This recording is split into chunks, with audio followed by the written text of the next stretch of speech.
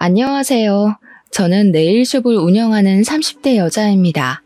손님에게 네일을 하며 이런저런 사연을 많이 들었지만 제가 사연의 주인공이 될 줄은 꿈에도 생각하지 못했네요. 답답한 마음에 저도 누구에게 하소연하고 싶었지만 아무래도 네일숍을 운영하다 보니 이미지 같은 게 중요하잖아요. 네일숍 특성상 동네 여자분들이 많아 이런저런 소문이 퍼질까 제가 겪은 일을 말할 수도 없었죠. 그러니 답답한 마음은 쌓여만 갔어요.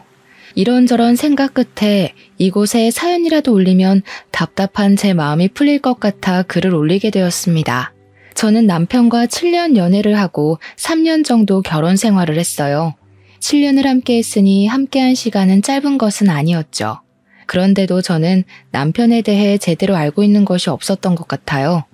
남편이 무엇을 좋아하는지 그리고 어떤 사람을 만나는지 전혀 몰랐으니까요. 물론 남편이 저를 배신한 게 꼭 그런 문제만은 아니었지만 후회되는 것은 어쩔 수 없나 봐요. 처음부터 그에 대해 잘 알았다면 그와 결혼하지 않았을 테니까요. 기가 막힌 저의 인연의 시작은 남편 형과 저의 인연부터 시작했습니다. 남편의 형은 제 대학과 선배였어요. 후배들을 잘 챙겨주기로 유명했지만 유독 저와 유머 코드가 잘 맞았기에 자주 붙어 다녔습니다. 그러던 어느 날 선배 동생이 저희 캠퍼스로 놀러 오게 되면서 남편과 처음 만나게 되었어요. 선배와 연년생으로 이제 막 군대 제대를 하고 선배 자취방에서 같이 살고 있다고 하더군요. 그는 첫 만남부터 제 얼굴을 뚫어져라 쳐다보았죠. 그러더니 제게 남자친구가 있는지 물어봤어요. 현아 씨, 남자친구 있으세요? 처음 보는 사이에 누가 그런 질문을 하나요? 그것도 첫 질문으로 말입니다. 거부감이 들었죠. 야, 그런 질문은 실례야. 선배의 만류에도 동생은 제게 질문을 이어갔죠. 좋아하는 남자 스타일이 어떻게 되세요? 저 같은 스타일은 어때요? 나쁘지는 않은데요. 첫 만남부터 그렇게 물어보니까 너무 부담스럽네요. 부담스럽게 하려고 물어본 건 아니에요. 정말 마음에 들어서 그래요. 밑도 끝도 없이 들이대는 그를 피하고 싶었어요. 선배, 저 먼저 가볼게요. 다음에 봐요. 저도 다음에 봐요. 꼭이요. 저를 보며 그는 손까지 흔들어 보였죠. 어색한 미소를 지으며 그 자리를 서둘러 벗어났습니다. 그는 선배와 함께 캠퍼스 안을 돌아다니며 저와 자주 마주치게 되었죠. 지나가던 길에 마주친 그는 저를 보더니 먼저 아는 척을 하더라고요. 현아 씨, 다시 만나서 반가워요. 네, 그렇네요. 자주 보네요. 네, 복학할 때까지 여유가 좀 있어서요. 그때까지 더 자주 봤으면 좋겠네요. 그러세요. 저는 약속이 있어서 먼저 가볼게요. 우연히 마주쳐도 그가 부담스러운 건 마찬가지였어요. 저를 정말 좋아해서 저런 말을 하는 건지 아니면 사람을 해프게 봐서 그런 말을 하는 건지 알 수 없었죠. 서둘러 인사를 하고 자리에서 벗어나는 순간 그가 제 손을 잡고 우산을 지어주더라고요. 현아 씨, 오늘 오후에 비 온대요. 우산 꼭 챙겨가요. 아니요, 전 괜찮아요. 현아 씨 주려고 챙겨온 거예요. 가져가세요. 비 맞으면 감기 걸려요. 됐다고 거절을 했지만 우산을 가져갈 생각을 하지 않았죠. 어쩔 수 없이 우산 들고 가게 되었어요. 어떻게 보면 저를 챙겨주는 거였지만 그런 작은 친절에도 불편했어요. 그의 적극적인 모습도 그리고 저를 향한 관심도 너무 부담스럽게 다가왔거든요. 결국 그 우산을 들고 친구를 만나 점심을 먹게 되었습니다. 친구와 점심을 먹고 식당 밖으로 나올 때였어요. 오전에는 맑았던 하늘에서 비가 내리는 겁니다. 친구가 제 손에 들린 우산을 들고 활짝 펼쳤죠. 그러면서 일기예보도 잘 챙겨본다고 칭찬을 하더라고요. 친구에게는 그 우산을 다른 사람에게 받았다는 말을 하지 못했어요. 잘 알지도 못하는 사람이었고 괜히 말하면 어떤 사람이냐고 계속 볼 것 같았거든요.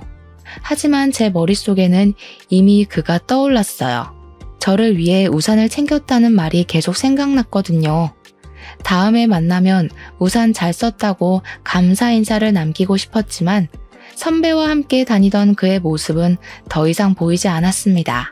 선배에게 그에 대해 물어볼까 싶다가도 입이 잘 떨어지지 않았어요.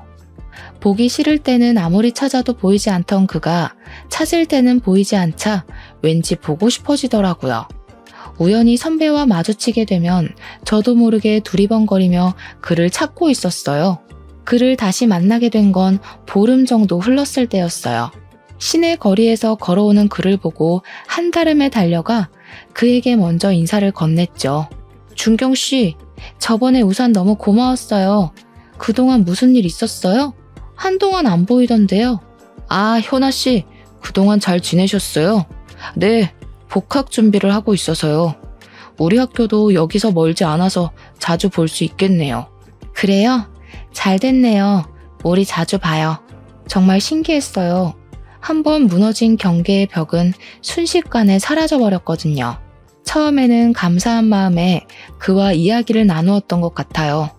하지만 그와 이야기를 할수록 정말 저와 잘 맞더라고요.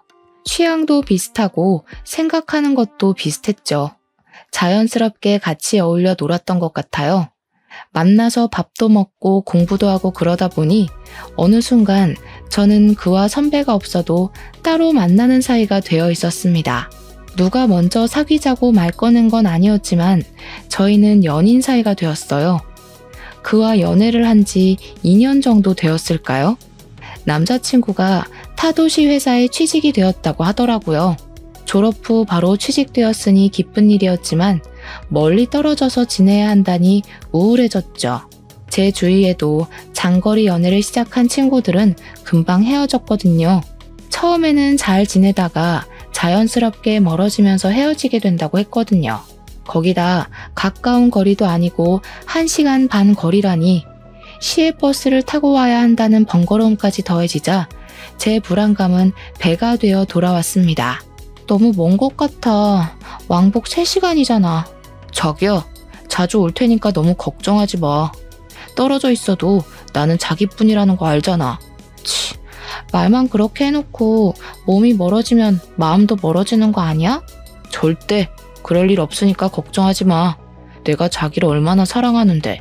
그는 사랑을 증명이라도 하듯이 매주 저를 만나기 위해 1시간 반 거리를 찾아왔죠. 아직 차가 없어 시외버스를 타고 오면 피곤하기도 할 텐데 그는 그런 내색을 전혀 하지 않았어요. 피곤하지 않아? 너무 먼 거리잖아. 나는 괜찮으니까 피곤하면 매주 안 와도 돼. 주중에도 자기가 보고 싶은 거 꾹꾹 참은 거야. 가까운 거리였으면 매주가 아니라 매일 올 텐데 아쉬운걸? 피곤할 텐데 저를 위해 그렇게 말해주는 그에게 너무 고마웠죠. 어쩜 이렇게 한결같이 좋아해 줄 수 있는지 저도 그를 사랑하지 않을 수가 없었죠.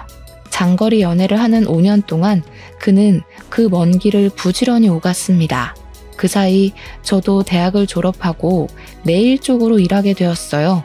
몇 년 동안 차곡차곡 모아 놓은 돈으로 주택가 근처에 작은 네일숍을 오픈하게 되었죠.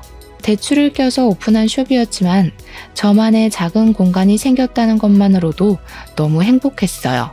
그때 결혼 생각도 들었습니다. 마음이 통했는지 그가 먼저 결혼을 하자고 청혼을 했죠. 현아야, 나와 결혼해 줄래? 평생 행복하게 해줄게. 정말? 당연하지. 나도 자기를 행복하게 해주고 싶어.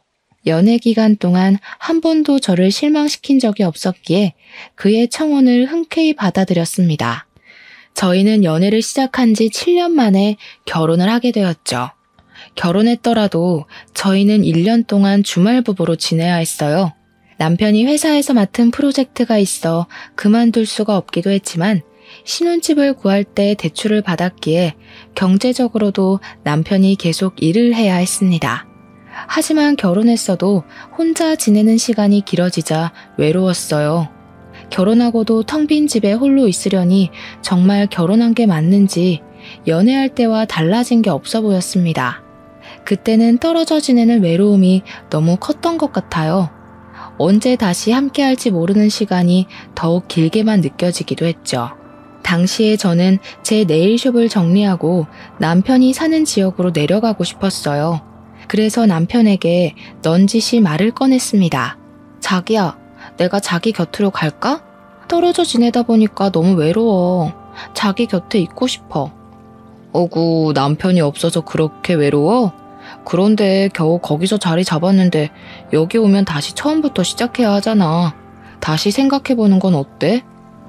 우리 결혼한 지 1년이나 됐는데 연애할 때랑 하나도 달라진 게 없는 것 같아. 아이라도 있으면 결혼했다는 게 실감이라도 날 텐데 언제까지 이렇게 지내는 건 싫어. 처음부터 다시 시작하더라도 자기랑 같이 있고 싶어. 그렇지만 우리 아직 아파트 대출도 남았는데 자기가 내려오는 건 아닌 것 같아. 이번 프로젝트 끝나면 내가 이직하는 게 어떨까? 외로워도 조금만 참아. 반년 뒤 남편은 회사를 정리하고 제 곁으로 오게 되었죠. 남편은 직장을 이직해야 했지만 저와 함께 한다는 것만으로도 정말 좋아했어요. 남편과 함께 있으니 자연스럽게 아이를 원하게 되었죠.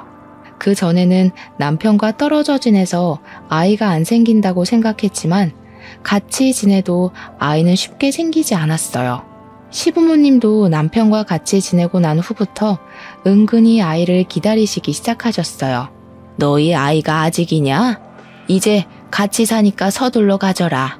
그래야 부부 사이도 더 돈독해지는 거야. 네, 어머니.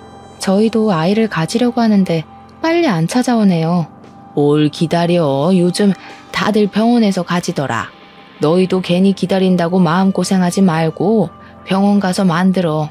병원에 가서 아이를 가지라는 말에 처음에는 거부감이 들었어요. 아이를 낳고 싶은 건 맞지만 굳이 그렇게까지 해서 아이를 가져야 하나? 하는 생각이 들었거든요. 그런데 남편이 아이들만 보면 발길을 멈추고 한참을 쳐다보더라고요. 자기야, 아이 너무 귀엽지 않아? 아이들은 정말 천사 같아. 자기 닮은 딸 낳으면 정말 예쁠 텐데. 남편이 아이를 좋아하는 건 알고 있었지만 이렇게 자신의 아이를 원하고 있을 줄은 생각하지 못하고 있었죠. 아이를 그렇게 원하니 저도 의술의 도움을 받아서라도 아이를 가져야겠다고 생각했죠. 결국 난임 전문 병원을 찾아가게 되었습니다. 병원에만 가면 바로 생길 줄 알았던 아이는 인공수정 3번으로도 생기지 않았죠. 그때 제게 의사 선생님이 시험관을 해보는 게 어떠냐고 말하더군요. 인공수정까지 했는데 여기까지 와서 아이를 갖는 걸 포기할 수는 없었습니다. 저희 부부가 시험관을 시작할 때쯤이었어요. 아주버님이 좋아하는 사람이 생겼다고 말했죠. 대학 내내 여자에게 관심조차 주지 않았던 선배에게 여자가 생겼다니 놀라움에 입을 다물지 못했어요. 나 좋아하는 사람 생겼어. 부모님에게 보여드리기 전에 너희에게 먼저 소개해주려고 하는데 이번 주 토요일쯤 괜찮아? 아주버님의 연애 소식에 가장 좋아한 사람은 바로 남편이었죠. 진짜? 당연히 시간 없어도 만들어야지. 축하해, 형. 무슨 마음 먹고 연애를 시작한 거야? 정말 좋은 사람이야. 너희도 만나보면 정말 마음에 들 거야. 아주버님은 저희 마음에 들 거라고 호언장담했죠. 그래서였을까요? 남편은 토요일이 되기를 학수고대하면서 기다리고 있었죠. 처음 본 아주버님의 여자친구는 참 작고 귀여운 얼굴을 하고 있었어요. 얼굴도 조망만한데 그 얼굴 안에 오밀조밀 이목구비가 들어있는 게 신기할 정도였어요. 성격도 얼마나 서글서글한지 참 좋아 보였어요. 안녕하세요. 처음 뵙네요. 잘 지내봐요, 형님. 제가 형님이라고 말하자 그분은 손을 가리고 웃으며 부끄러워하더라고요. 형님이라니 너무 부끄러워요. 그래도 그렇게 들으니까 기분이 너무 좋네요. 화기애애한 저희 분위기와 다르게 남편은 저녁 식사 내내 얼굴이 잔뜩 굳어 있었죠. 형님이 화장실에 간 사이에 남편은 아주버님에게 헤어지라고 다그치더라고요. 형, 저 여자랑 헤어져. 느낌이 너무 안 좋은 것 같아. 왠지 싸한 게. 헤어지는 게 좋을 것 같아. 너 무슨 말을 그렇게 해. 느낌이 안 좋다니. 그런 사람 아니야. 오늘 처음 만났잖아. 얼마나 좋은 사람인데. 조금 더 겪어보고 헤어지라고 말해. 한 번이라도 잘 지내보려고 노력이라도 해봐. 형이 너무 순진해서 그래. 나중에 후회하지 말고 헤어져. 내 말 듣고 손해볼 거 없다니까. 직설적이고 적극적인 남편과 다르게 아주버님은 정말 차분한 호수 같은 사람이었어요. 아주버님의 다그침에도 남편은 굽힐 줄 몰랐죠. 아주버님도 이번에는 화가 났는지 조금 높아진 음성으로 되받아쳤습니다. 나는 헤어질 생각 없으니까 너도 다시는 헤어지라는 말 꺼내지 마. 남편은 살짝 일그러진 아주버니 얼굴에 입을 다물었어요. 남편은 가끔 제게 형은 참을성이 좋지만 한번 터져버리면 정말 끝장을 볼 생각을 해야 한다고 말하고는 했어요. 그래서 남편은 더 이상 말하지 않았죠. 아주버님의 연애 소식은 시댁의 이슈거리가 되었습니다. 예비 형님이 시부모님께 인사를 하자 무뚝뚝했던 저희 아버님까지 살살 녹이더라고요. 살짝 애교 섞인 목소리를 내면서 아버님께 애교를 부리곤 했죠. 아버님, 정말 잘생긴 것 같아요. 우리 준석 씨가 누구를 닮았나 했더니 아버님을 닮았네요. 물론 어머님도 미인이시지만 아버님 유전자를 조금 더 가진 것 같아요. 형님의 칭찬에 아버님의 입꼬리가 승천하기 시작했죠. 아직 아주버님과 결혼 전이었지만 이미 시댁 식구에게는 큰 며느리로 통하고 있었습니다. 아버님 말끝에 언제나 우리 큰며느리라는 말을 입에 달고 살 정도였죠. 우리 큰며느리 노랗고 동글동글한 과일 좋아한다고 했었나? 아, 망고요? 네, 맞아요. 맞다, 망고. 그래서 내가 사왔지. 작은 애야, 이것 좀 잘라와라. 우리 큰며느리 먹여야겠다. 제가 망고를 썰어오자 아버님이 손수 포크에 찍어 형님 입속으로 넣어주기까지 하는 겁니다.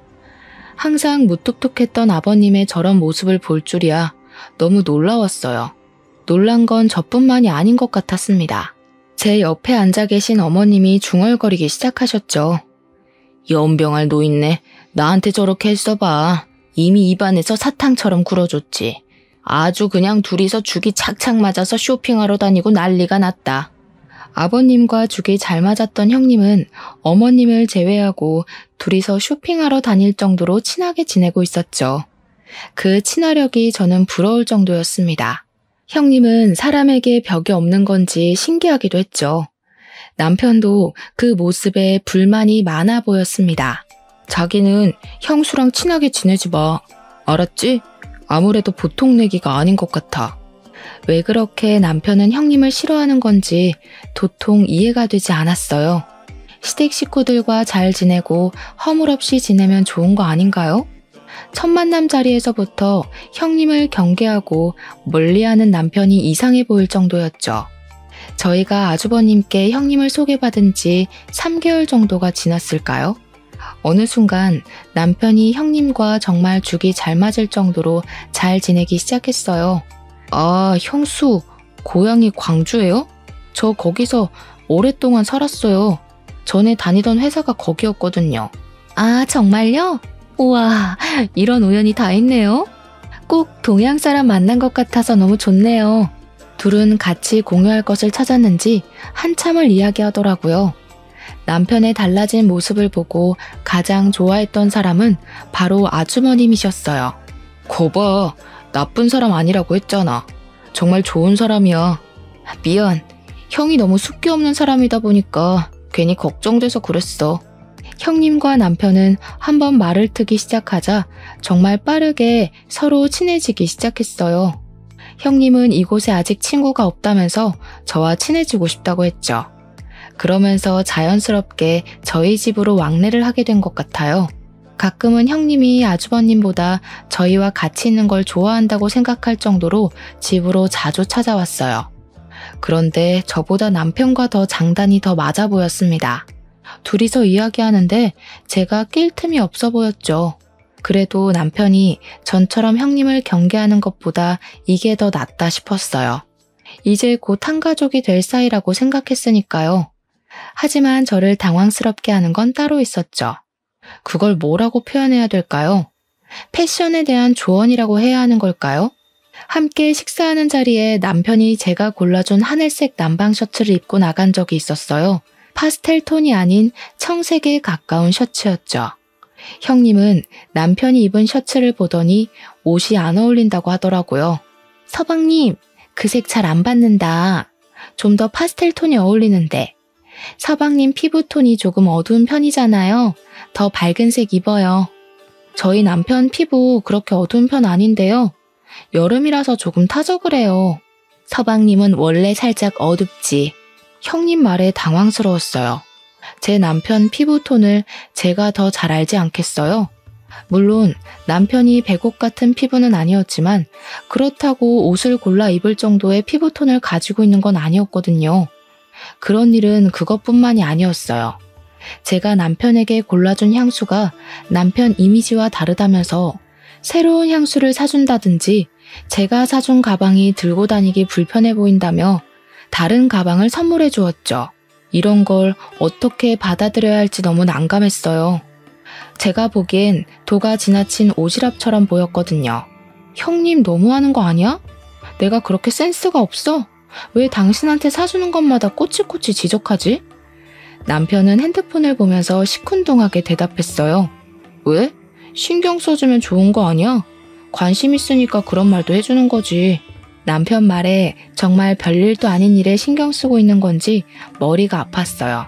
손가락으로 관자놀이를 꾹꾹 눌렀죠. 너무 스트레스 받지 마. 안 그래도 시험관 때문에 신경이 너무 예민해진 거 아니야? 별일도 아니잖아. 당시에 남편 말대로 지속적인 시험관 실패로 정말 예민해졌나 싶기도 했어요. 계속 임신에 실패해서 마음이 우울하기도 했거든요. 원인이라도 확실하게 있는 난임이면 모를까 둘 다 정상이라는데 아이는 계속 생기지 않았으니까요. 그러다 며칠 후 어머님 생신으로 시댁에 방문하게 되었을 때 일이었어요. 점심때 시댁 식구들이 모이기로 하면서 저는 이른 아침부터 시댁으로 가서 음식 준비를 해야 했죠.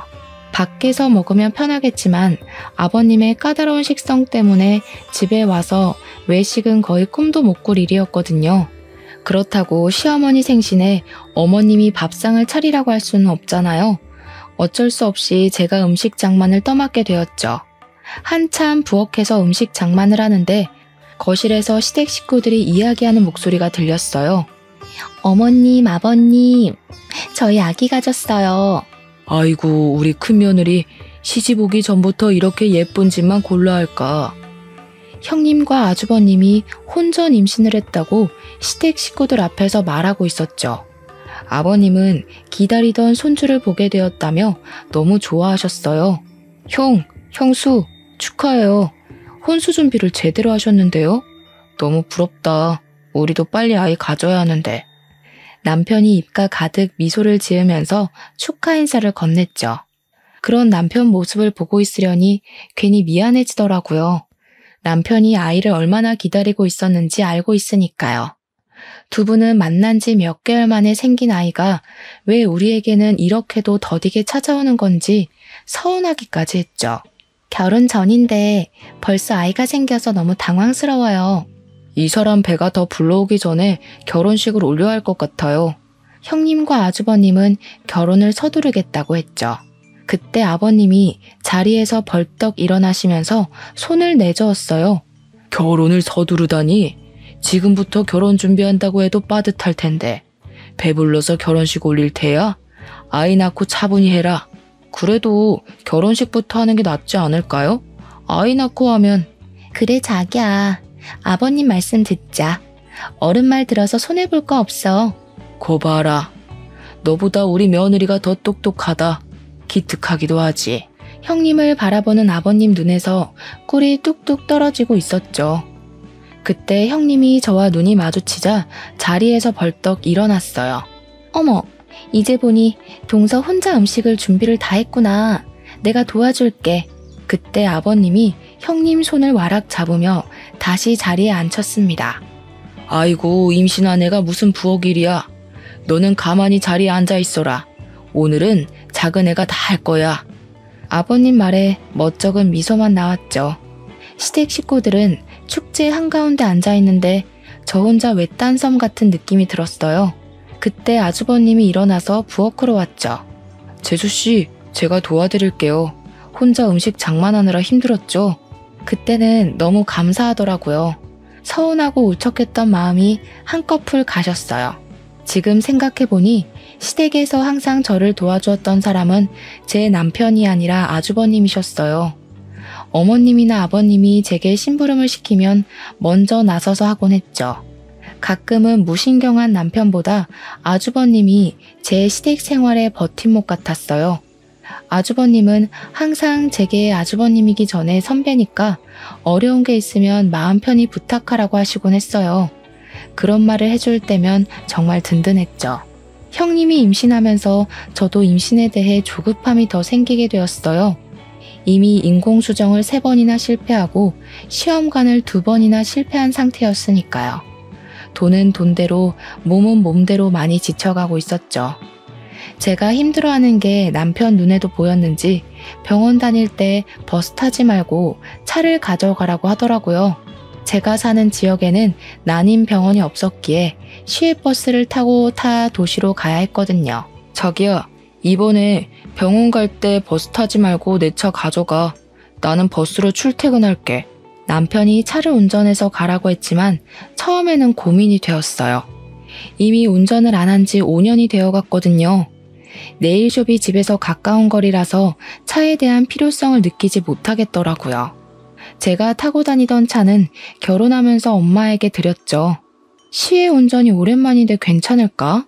그래도 시외버스 타고 또 시내버스 갈아타는 것보다 운전해서 가는 게 낫지 않겠어? 몇 번 하다 보면 감이 살아나겠지. 남편 말도 일리가 있었죠. 버스를 기다리고 갈아타는 시간도 무시 못했어요. 저는 남편에게 알겠다고 말했죠. 남편 차를 운전해서 병원으로 출발했습니다. 버스를 타고 몇십 번이나 오가던 길인데도 막상 제가 운전해서 가려니 처음 가는 길 같았어요. 잔뜩 긴장한 채 핸들을 부여잡고 운전하기 시작했죠. 앞차를 노려보며 안전거리를 지키자, 신호를 지키자 세뇌하듯이 읊조리기까지 했어요. 그런데 운전이라는 게 저만 잘한다고 되는 게 아니더라고요. 옆에서 끼어드는 차를 보지 못하고 직진하다가 접촉사고를 내고 말았습니다. 순간 눈앞이 깜깜해지면서 머리가 새하얗게 변해버렸죠. 차에서 내려 상대편 차주와 대화하고 블랙박스를 확인하기로 했어요. 사고가 어떻게 나게 된 건지도 기억이 안 나더라고요. 어찌나 놀랐는지 블랙박스 동영상을 돌려보려는 손가락이 덜덜 떨려서 멈추지 않는 거예요. 결국 사고 장면의 영상이 아닌 다른 영상을 누르고 말았습니다. 다시 끄려고 했지만 남편 차가 낯선 곳에 서 있더라고요. 차는 한적한 강변에 세워져 있었고 익숙한 목소리가 녹음되어 있었죠. 진짜 와이프랑 안 헤어질 거야? 안 헤어진다니까. 도대체 왜 우리 형을 꼬신 거야? 너나 우리 형이랑 헤어져. 그건 남편과 형님의 목소리였어요. 처음에는 두 사람이 무슨 말을 하고 있는지 도통 이해가 되지 않았죠. 서로 누구와 헤어지라고 하는 건지 영상을 꺼야 한다는 걸 알았지만 몸이 움직이지 않았어요. 그럼 너도 와이프랑 헤어져. 나랑 더 잘 맞는다며? 왜 그 여자랑 결혼한 거야? 네가 아무리 그래도 난 아내랑 이혼 안 해. 우리 형 사랑하긴 하니? 아이는 어떻게 할 거야? 형 아이 맞긴 한 거지? 무슨 소리야. 내가 사랑하는 것도 당연히 아이 아빠도 너지. 뭐 이런 불륜관계도 짜릿하잖아. 그렇지? 정말 너 때문에 못 살겠다. 그래서 내가 너를 계속 만나나 봐. 녹음 파일을 듣고 놀라서 팔딱였던 심장이 멈춰버린 것 같았어요. 온 세상이 암흑처럼 느껴지더라고요.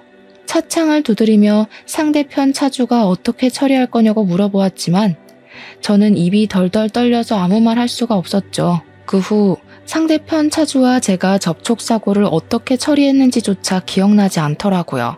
그만큼 남편의 외도는 정신적으로 엄청난 충격을 주었습니다. 블랙박스에 녹화된 파일을 더 열어보아야 하나? 아니면 보지 말아야 하나? 고민이 되었어요. 저는 다시 판도라의 상자를 열고 말았습니다. 그 뒤 영상이 제 오해를 풀어주길 바랬거든요. 이렇게 나랑 자주 만나도 돼? 형이 의심하지 않아? 몰래 나왔지. 그 사람 내 말이라면 파트로 매주를 만든다고 해도 믿으니까 걱정하지 마. 당분간 못 만날 거야. 아내한테 내 차 가지고 병원 다니라고 했거든. 아내가 지금 많이 힘들어해서. 진짜 그 여자랑 아이 가질 거야? 당신 아이는 내 뱃속에 있다니까. 그 여자랑 헤어져. 그럼 우리 둘이 아이 키울 수 있어. 아이 가지고 싶다면서 아이도 못 낳는 여자랑 왜 사는 거야? 난 아내랑 헤어질 생각 없다니까. 그만 포기해. 그 아이는 내 아이가 아니라 형 아이여야 해. 애처가 나셨네. 내가 이래서 그 여자를 좋아하지 못하겠다니까. 정말 볼수록 짜증나 죽겠어. 적당히 해. 티 안 나게. 이런 사이를 뭐라고 말해야 하는 걸까요? 명백한 불륜관계였지만 그것보다는 공생이라고 해야 할까요? 이 기이한 관계에 대해 정확한 정의를 내릴 수가 없더라고요. 이미 남편과 형님은 아주버님을 통해 만나기 전부터 아는 사이였어요. 남편은 오래전부터 저와 주말에 만났다면 형님을 주중에 만나고 있었던 거죠. 더욱더 놀라웠던 건 형님은 이미 예전부터 남편에게 다른 여자 있다는 걸 알면서도 만났다는 거예요. 남편이 직장을 그만두고 제 곁으로 오자 남편을 따라 이사를 하고 남편에게 접근하기 위해 아주버님을 이용했다는 거였습니다. 이런 걸 사랑이라 말해야 하는 건가요? 집착이라고 해야 하는 걸까요? 그리고 남편은 결국 형의 여자라는 것을 알면서 다시 형님과 만난 거죠. 문득 정신을 차리고 보니 아주버님 회사 앞이더라고요. 저도 모르게 지금 이 순간 가장 먼저 떠오른 사람이 아주버님이었어요. 같은 피해자로서 그리고 가장 효과적으로 두 사람에게 복수할 수 있는 사람이니까요. 아주버님, 저 지금 회사 앞인데 저랑 잠시 차 한잔 마실 시간 있을까요? 제 말에 아주버님은 회사 앞 카페로 한달음에 달려왔죠. 얼굴이 안 좋아 보여요. 무슨 일인데 둘이 해결해야 한다는 거예요? 아주버님 질문에 아무 대답하지 않고 핸드폰으로 옮긴 블랙박스 파일을 보여주었습니다. 처음에는 살짝 미소가 섞여있던 얼굴은 순식간에 딱딱하게 굳어가고 있었죠. 아무 말 없이 이런 내용을 보여드려서 너무 죄송해요. 하지만 저도 이 상황을 어떻게 설명해야 할지 모르겠더라고요. 제 핸드폰을 들고 있는 아주버님의 손이 달달 떨리고 있었습니다. 아주버님은 제게 핸드폰을 건네준 뒤 남편에게 전화를 걸었죠. 야, 너 어디야? 거기서 기다려. 금방 갈 테니까. 그리고 의자를 박차고 밖으로 뛰어나가시더라고요. 저는 놀라서 아주버님을 뒤쫓아 나갔습니다. 10년 넘게 아주버님을 봐왔지만 화를 내는 모습은 처음 보는 모습이었죠. 아주버님을 쫓아간 곳은 저희가 있는 곳에서 멀지 않은 공원이었습니다. 그곳에는 남편과 형님이 같이 있었죠. 아주버님은 남편을 향해 달려가더니 다짜고짜 주먹을 날렸습니다. 놀란 형님이 두 사람 사이를 막아섰어요. 도대체 왜 싸우는 거예요? 이러지 마세요. 그래, 맞을 땐 맞더라도 이유는 알고 맞자. 너희 둘 언제부터 만났던 거야? 형님과 남편은 아주버님 말에 두 눈을 동그랗게 뜨며 그게 무슨 말이냐고 되물었죠. 그게 무슨 말이에요? 혹시 지금 같이 있어서 오해했나 본데요. 다음 달 당신 생일 선물 골라주라고 부탁했어요. 도대체 왜 그래? 형, 오해가 있으면 말로 풀어. 괜히 주먹부터 들이대지 말고. 아주버님은 두 사람과 말이 통하지 않는다는 것을 깨달았는지 제 핸드폰을 들고 블랙박스 녹음 파일을 틀었습니다. 녹음된 둘의 목소리를 듣고 남편의 얼굴이 새파래졌죠. 형, 자기야, 아니야, 오해라고. 내가 다 설명할 수 있어. 내 말 들어봐. 오해? 무슨 오해? 그 블랙박스 녹음을 듣고서도 오해라고 말하는 거야? 다 설명할 수 있다니까. 정말이야. 너는 이 상황까지 됐는데도 와이프 안에 변명할 셈이야? 그냥 사실대로 말해. 우리 만나고 있다고 당당하게 말하라고. 조용히 해. 나는 아내랑 헤어질 생각 없다고 했잖아. 이게 다 너 때문이야. 네가 찾아오지만 않았어도 형도 나도 잘 살았을 거라고. 지금 이 모든 게 내 탓이라는 말이야? 네가 찾아왔을 때 좋아하던 사람은 바로 너 아니었어? 네 형을 만나고 있어도 나를 만난 건 너야. 형님은 순식간에 남편을 밀어버렸어요. 남편은 중심을 잡지 못하고 비틀거리더니 화단에 걸려 넘어지고 말았죠. 넘어질 때 화단에 심어진 나무에 얼굴이 긁혔는지 피가 나더라고요. 남편은 손으로 볼을 쓸었어요. 이게 정신 나갔나? 어디서 사람을 밀어? 손에 묻은 피를 보고 화가 났는지 형님에게 달려들어 밀어버렸어요. 형님은 뒷걸음질 치다가 뒤로 넘어지면서 시멘트 타일에 엉덩이를 크게 찍고 말았습니다. 못 일어나겠어. 못 일어나겠다고. 아파. 엉덩이가 아프다고. 제가 잡고 일으켰지만 아프다며 손을 뻗어 저를 밀어버리더라고요. 저까지 바닥에 엎어져 버렸죠. 그때 형님 다리 사이로 붉은 핏자국이 보이기 시작했어요. 아주버님이 서둘러 119에 신고했죠. 병원으로 이송된 뒤 의사는 형님에게 골반 골절 진단과 함께 양수가 터졌다고 말했어요. 골반이 골절되셨어요. 당분간 누워 지내셔야 합니다. 그것보다 지금 임신 5개월이라고 하셨는데 조기 양막 파열로 파수가 일어났어요. 초음파 결과 남은 양수가 거의 없어요. 그럼 어떻게 되는 거예요? 지금 아이 심장은 뛰고 있는데 양수가 없어서 생존하기 힘들어요. 출산하신다고 해도 아이가 너무 어려서 생존 확률이 거의 없어요. 유도 분만을 하실 건지 제왕절개를 하실 건지 정하셔야 합니다. 그럼 아이를 죽여야 한다는 거예요? 이런 말 드리게 돼서 죄송합니다. 인큐베이터에 들어가기에도 너무 어린 아이라서요.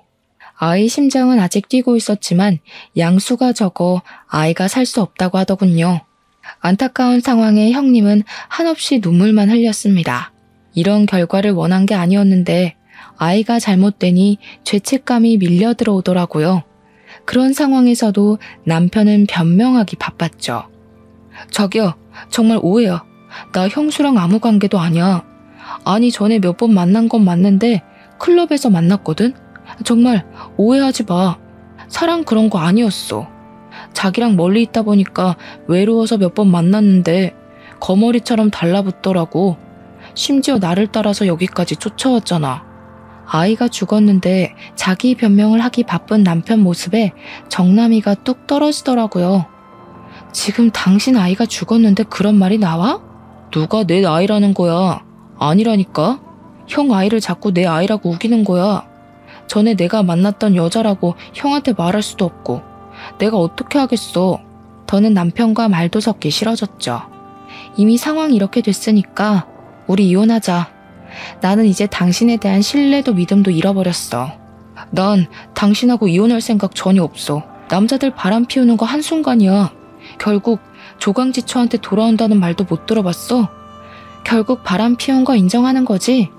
당신이 이혼 못하겠다면 소송할 거야. 나는 더 이상 당신이랑 더러워서 못 살겠어. 바람 피운 것도 모자라서 이 핑계 저 핑계만 대는 모습이 정말 정남이 떨어진다. 남편도 화가 났는지 저를 향해 소리를 버럭 지르더군요. 뭐? 더러워? 정남이 떨어져? 이혼 소송? 그래, 하려면 해봐. 누가 이기나 보자고. 저희 부부는 재산 분할에 합의를 보지 못하고 결국은 이혼 소송까지 가게 되었습니다. 저는 남편 불륜으로 이혼하게 되었으니 위자료와 정신적 피해 보상을 요구했고 남편은 제가 이혼하기 위해 본인에게 불리한 증언을 내세운다고 우기고 있었죠. 법원에서 다시 만난 남편은 정말 당당해 보였어요. 워낙 남편의 귀책 사연은 뚜렷했고 증거도 있었으니 제가 승소할 거라고 믿어 의심하지 않았지만 남편 생각은 달라 보였습니다. 그 블랙박스 영상 증거로 사용 못해. 뉴스도 안 봤어? 불법 녹음은 증거 능력이 되지 못한다고. 결국 내가 바람 피웠다는 증거가 되지 못한다는 거지. 그래? 두고 보자.